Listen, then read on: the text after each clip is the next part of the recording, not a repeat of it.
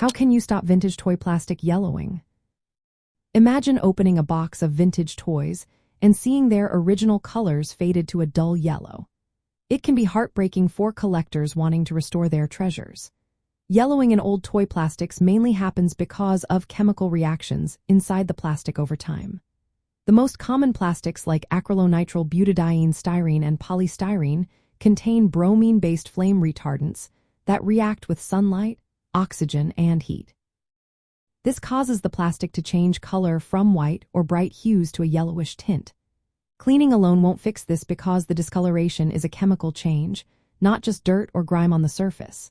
To reverse this, many collectors use a process called retrobrighting. You start by thoroughly cleaning the toy with mild soap and water to remove dust and dirt. Then, you need hydrogen peroxide, usually a 12% or higher concentration, which can come in gel or liquid form. Wearing gloves, apply the peroxide evenly over the yellowed plastic or submerge the toy in a container filled with the solution. Cover the toy with cling film if using gel to prevent evaporation. Next, expose the toy to direct sunlight or an ultraviolet light source for several hours to a day. The ultraviolet light activates the peroxide, which breaks down the yellow molecules and restores the original color. You should watch for small bubbles forming on the surface, indicating the chemical reaction is happening. Check periodically to avoid overexposure, which could weaken the plastic or damage decals and paint.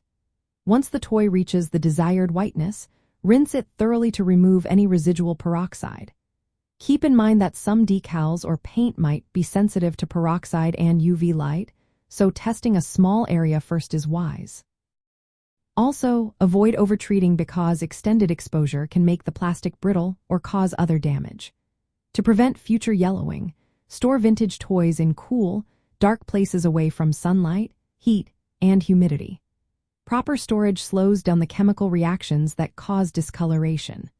Some collectors also use specialized whitening gels designed for delicate toys or employ indoor ultraviolet light sources like LED blacklights. Remember, retrobrighting works best on plastics that yellow due to bromine degradation, but it might not fully restore all types of discoloration. Always document any restoration work for transparency and to maintain the toy's value. With careful application, retrobrighting can help bring back the original look of vintage toys and keep their pop culture charm alive.